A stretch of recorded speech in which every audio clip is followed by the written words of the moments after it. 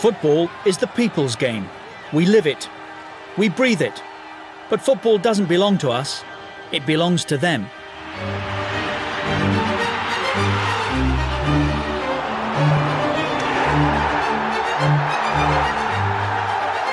We watch in wonder, daring to believe. As we are the dreamers, they are the stars. This series takes an in-depth look at our idols, past and present. And this programme is a taste of things to come. They are the players we wish we were.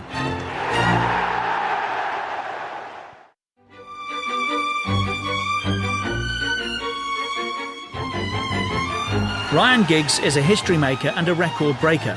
He burst onto the scene as a 17-year-old with Manchester United and has since become the most decorated player in English League football. Over the course of his career, he's accumulated 30 winners' medals from his time at Old Trafford, as well as multiple individual awards. The first man to be crowned Young Player of the Season in England for 2 consecutive seasons, Giggs has amassed more than 800 appearances in a Manchester United shirt, breaking the club record of the legendary Sir Bobby Charlton.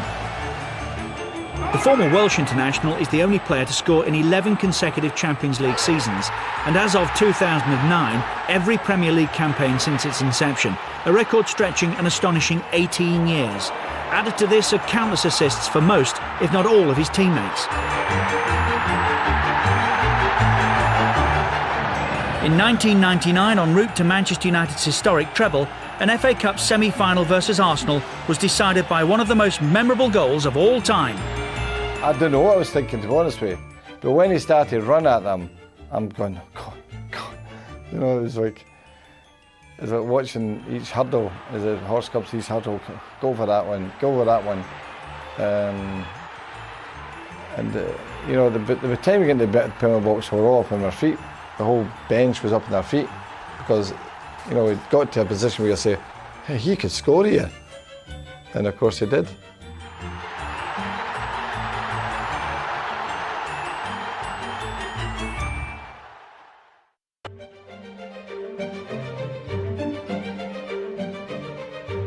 The short, squat physique, the magical left foot. It's little wonder Romania's Gheorghe Hagi was nicknamed the Maradona of the Carpathians.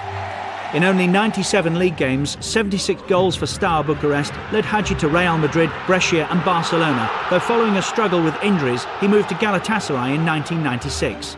His years in Istanbul were arguably his finest. As he grew older, he grew in stature to become one of the finest playmakers of his generation. The World Cup of 1994 was the pinnacle of Hagi's career. Scoring 3 times along the way, he led his team to the quarter-finals and was one of the players of the tournament. The driving force of Romania's national side for a number of years, he appeared in 3 World Cups during the 90s, and his 125 international appearances were spread over an impressive 17 years.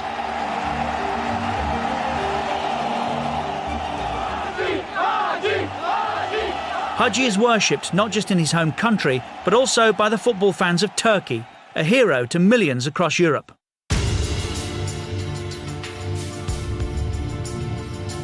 It's all about taking people on, getting good crosses in, scoring goals, and that's what he did, Luis.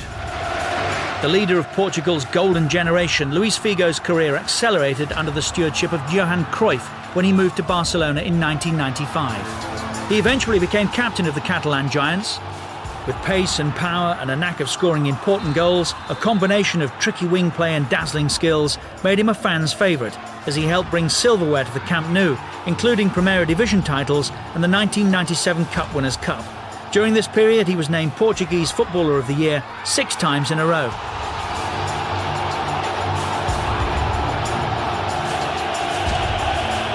But in the year 2000, controversy raged when a world record transfer fee enticed Figo away from Barcelona to their greatest rivals, Real Madrid.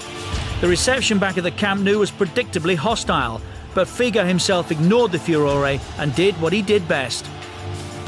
People harp on about that going back to Barcelona, but he's, I think first and foremost we bought him because he's the most fantastic player. You know, the things that he did, it was the things that, even to this day and age, the players that cost the most money. In his first season at the Bernabeu, Real won the league title and Figo himself was named FIFA World Footballer of the Year.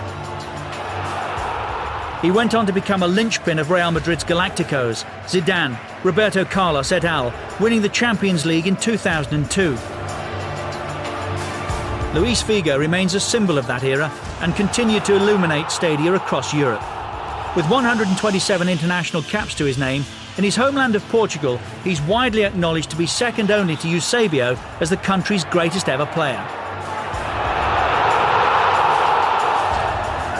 In 2005, he moved to Italy, winning 4 successive Serie A titles with Internazionale. He announced his retirement in 2009.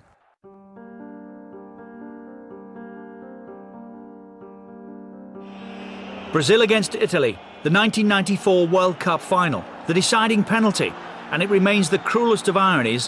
One of the game's greatest players is arguably best remembered for the worst moment of his entire career.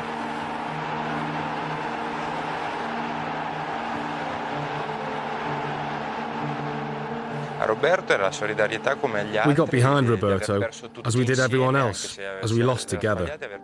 We didn't lose because he missed a penalty. In the 1990 World Cup in Italy, Baggio made his name with this spectacular goal against Czechoslovakia. His performances earned the playmaker a controversial move from Fiorentina, whose fans rioted at the news, to Serie A giants Juventus. Roberto Baggio was a footballing genius. There's no way you can claim otherwise. He made the difficult look so easy. In the following years, Baggio's performances earned him both the European and World Player of the Year titles. International success, however, remained elusive. Despite scoring 5 goals at USA 94, the Divine Ponytail would ultimately have to settle for second place. He was what Platini used to call the number 9.5. Not a midfielder, but not a striker either. I think Roberto played in an era where the player who played just off the main striker was not valued in the same way as today. He was definitely the best in the world in that position. We're talking about an unbelievable player here. Yet Baggio never quite fulfilled his rare talent. A serious knee injury and clashes with various managers saw Italy's most gifted player fail to produce consistent performances for some of the country's biggest clubs. Baggio wasn't the problem. It was the various coaches who were the problem. They weren't capable of managing someone with his talent. There were still moments of brilliance, however. After some success at Juventus and brief spells at both Milan clubs, Roberto Baggio spent his final years battling injuries at Brescia. The only Italian to score in 3 World Cups, he was overlooked for the 2002 squad and 2 years later announced his retirement. Baggio's final game was back at the San Siro, where 80,000 fans gave him a standing ovation.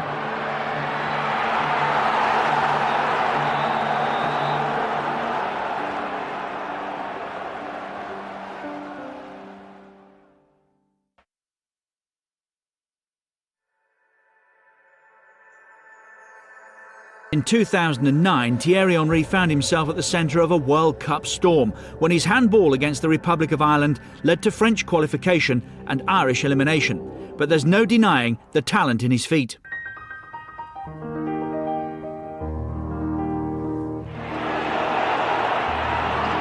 Henry, away from Cudicini! That's a measure of the man, finishing at the highest quality. From the tough suburbs of Paris to the French Riviera, Thierry Henry initially made his name at AS Monaco, then coached by Arsene Wenger. He has all the qualities you dream to have for a striker. He had pace, power, vision, intelligence, clinical finishing, right-footed, left-footed. If international recognition was certain, success seemed inevitable. Henry was called into the French World Cup squad in 1998. He went on to become his country's top scorer. Les Bleus went on to an historic triumph over Brazil in the final, and although he himself did not play in that game, Henry was a world champion and not yet 21. 2 years later, he was a member of the squad also crowned European champions. For 3-4 years or 5 years, he was the Michael Jordan of football. You know, when he decided, he clicked and he could score. In 1999, Wenger brought Henry to London, and it was at Arsenal where the youngster made his name as a truly world-class footballer. Still in his early 20s, Henry had been transformed by Wenger from a winger to a striker with devastating effect. Leading from the front, the Frenchman was capable of scoring all types of goals, most of them seemingly spectacular.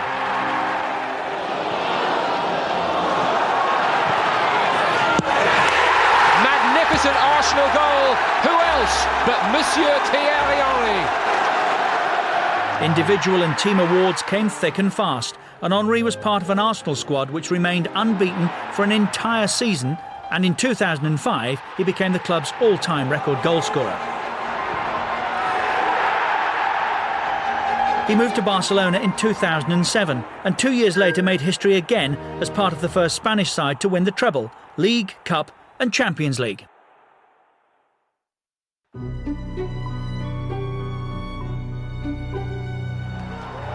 Hailing from Liberia, George Weah's career blossomed in 1988 when he moved from Africa to Europe. Initially at AS Monaco, his stature in the game grew considerably at Paris Saint-Germain, who he joined in 1992. Consistently on the score sheet throughout these years, his final season at the club saw him become the top scorer of the UEFA Champions League. On and off the ball, Weah's speed of thought was arguably his greatest asset, combined with sublime skills and lethal finishing.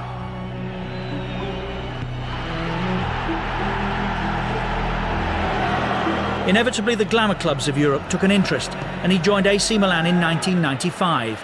It was a momentous year for him. He was named African Footballer of the Year for a third time. He also picked up the European award and made history when he became the first, and as of 2009, the only African to be named FIFA World Player of the Year. Widely acclaimed as Africa's greatest ever player, Weah scored 22 times for his country and is still worshipped by his people, whom he now represents as a Liberian politician.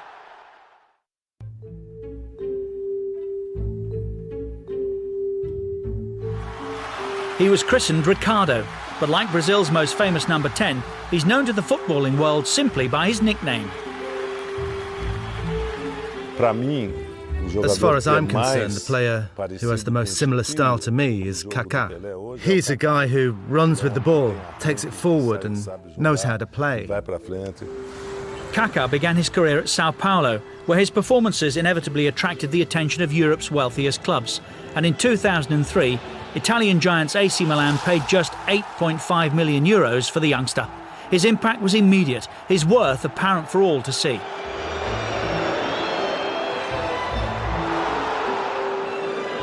In 2005, despite a scintillating display against Liverpool in the Champions League final, Kaka and Milan left Istanbul with only runners-up medals to show for their efforts. The Rossoneri, though, would not be denied and were more determined than ever to regain their European crown. The young Brazilian was a driving force, and 2 years later, once again against Liverpool, Kaka himself supplied the pass for the winning goal in the final in Athens.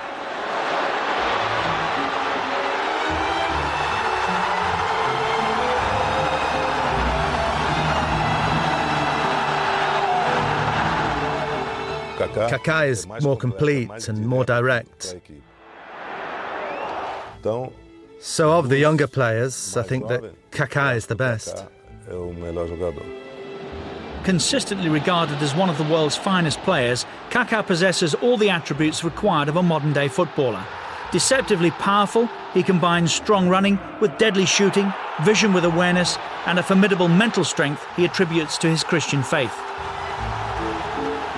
A fixture in team selections for both club and country, in 2009 he transferred to Real Madrid, a deal which made Kaka one of the most expensive players in football history.